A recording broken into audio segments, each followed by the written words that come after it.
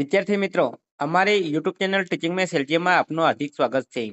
મિત્રો, આજે આપણે ધોરણ 6 માં જે પીએસસી પ્રાઇમરી સ્કોલરશિપ એક્ઝામ લેવામાં આવે છે તેમાં જે વર્ષ 2024માં એક્ઝામ લેવલ છે તેનું જે ઓરિજિનલ પેપર છે તેનું આજે આપણે 50 પ્રશ્નોનું સોલ્યુશન કરીશું.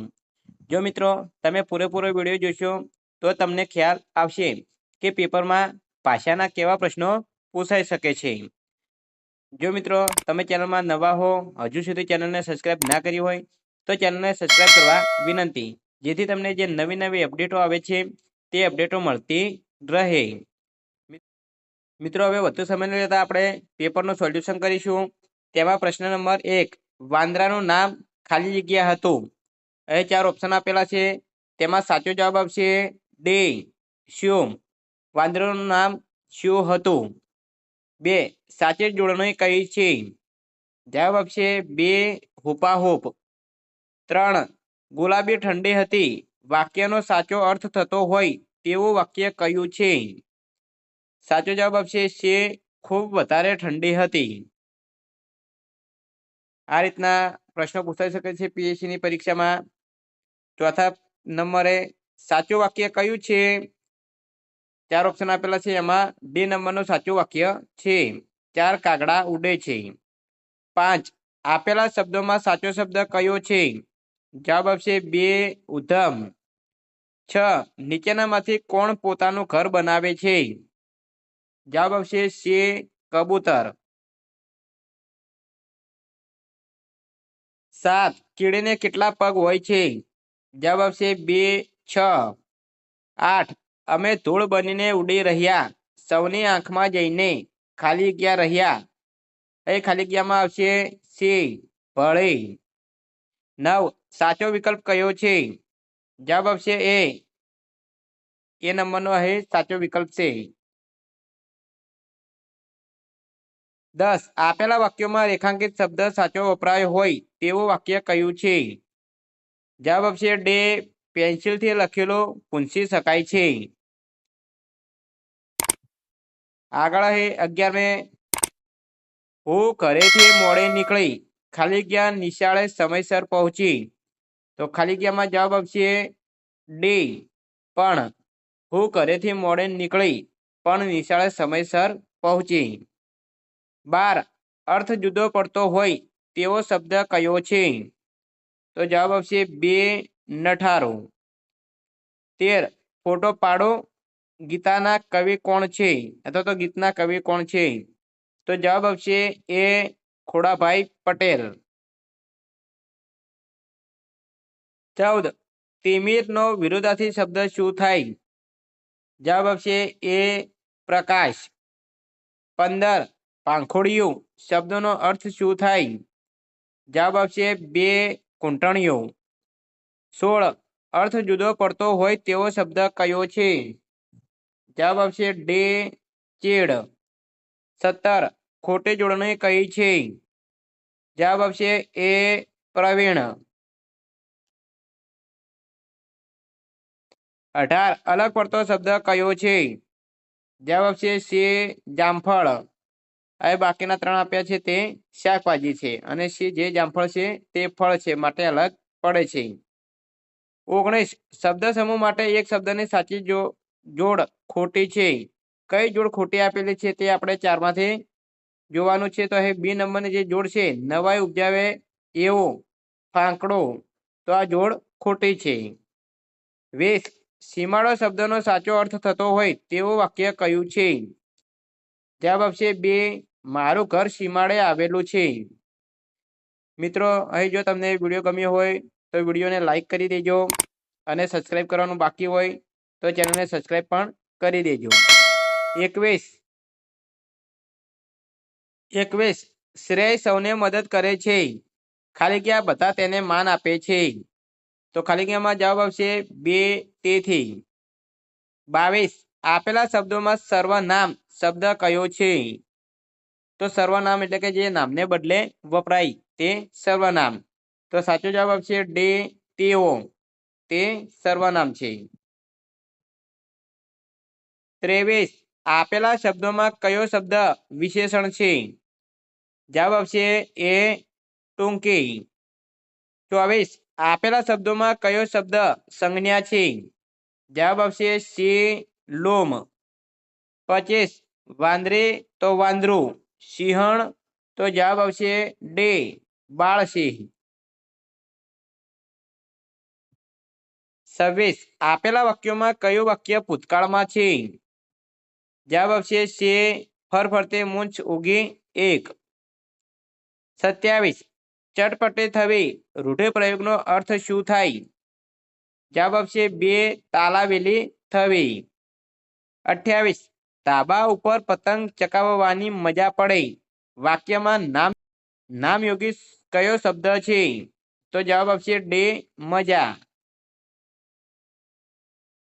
29 મારે પણ દાદીની જેમ રમતમાં એકો બનવું છે. વાક્યમાં કયું પદ સંયોજક છે?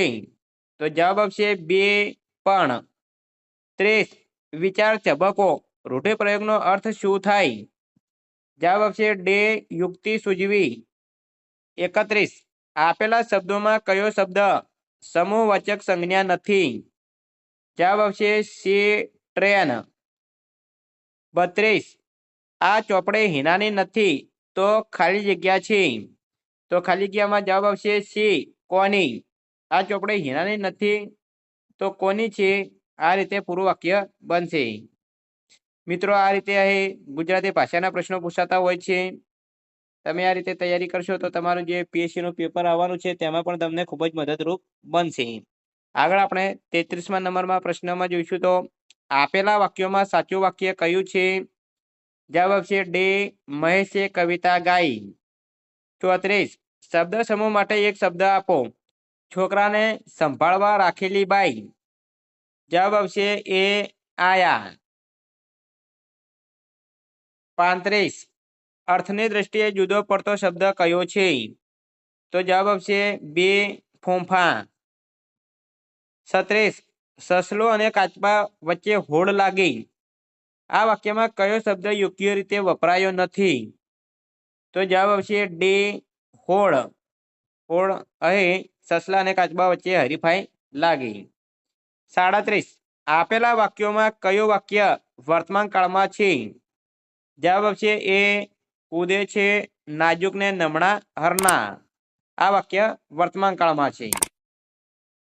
આગળ આપણે જોઈશું તો 38 અખંડનો સમાનાર્થી શબ્દ કયો છે? જવાબ આવશે એ અભંગ. 39 તડકો વાર્તાના લેખક કોણ છે? જવાબ આવશે ડે ચીનુ મોદી. 40 બે ક્રિયાઓ થઈ હોય એવું વાક્ય કયું છે? જવાબ આવશે એ વાતમાં છેલ્લા વાક્યે આવ્યા. 41 ઝાડ અથવા વેલાના પાંદડાથી થયેલી કટા શબ્દ સમૂહ માટેનો એક શબ્દ કયો છે? જવાબ આવશે શે કોંજ. 42 ધોઈ પીવું સંયુક્ત ક્રિયાનો અર્થ શું થાય? જવાબ આવશે શે ગણકારવું નહીં. 43 સફાઈ આપવી રૂઢિપ્રયોગનો અર્થ શું થાય? જવાબ આવશે શે ખુલાસો કરવો. 44 શાળામાં ફિલ્મનું ગીત ગવાય ખરું? ખાલી જગ્યા પ્રાર્થના તરીકે નહીં. તો ખાલી જગ્યામાં જવાબ આવશે ડી પણ. 45 ખોટી જોડણી હોય તેવો શબ્દ કયો છે? જવાબ આવશે એ ઓફિસર. 46 નીચે આપેલા શબ્દોમાં કયો શબ્દ દ્રવ્યવાચક સંજ્ઞા છે? તો જવાબ આવશે એ ચાંદી. 47 મનુ કાકાએ આગ્રહ કરીને પૂજારીને ઢેબરા ખવડાવ્યા. વાક્યમાં લીટી દોરેલ શબ્દ ઉત્તર મળે તે રીતે પ્રશ્ન બનાવવા માટે કયો પ્રશ્નસૂચક શબ્દ વપરાય? તો જવાબ આવશે ડે શું. તો મનુ કાકાએ આગ્રહ કરીને પૂજારીને શું ખવડાવ્યું? આ રીતે પ્રશ્ન વાક્ય બનાવી શકાય. 48 વિરુદ્ધાર્થી શબ્દોની જોડ કઈ સાચી છે? તો જવાબ આવશે એ પ્રેમ તો કૃણા. આ સાચી જોડ છે.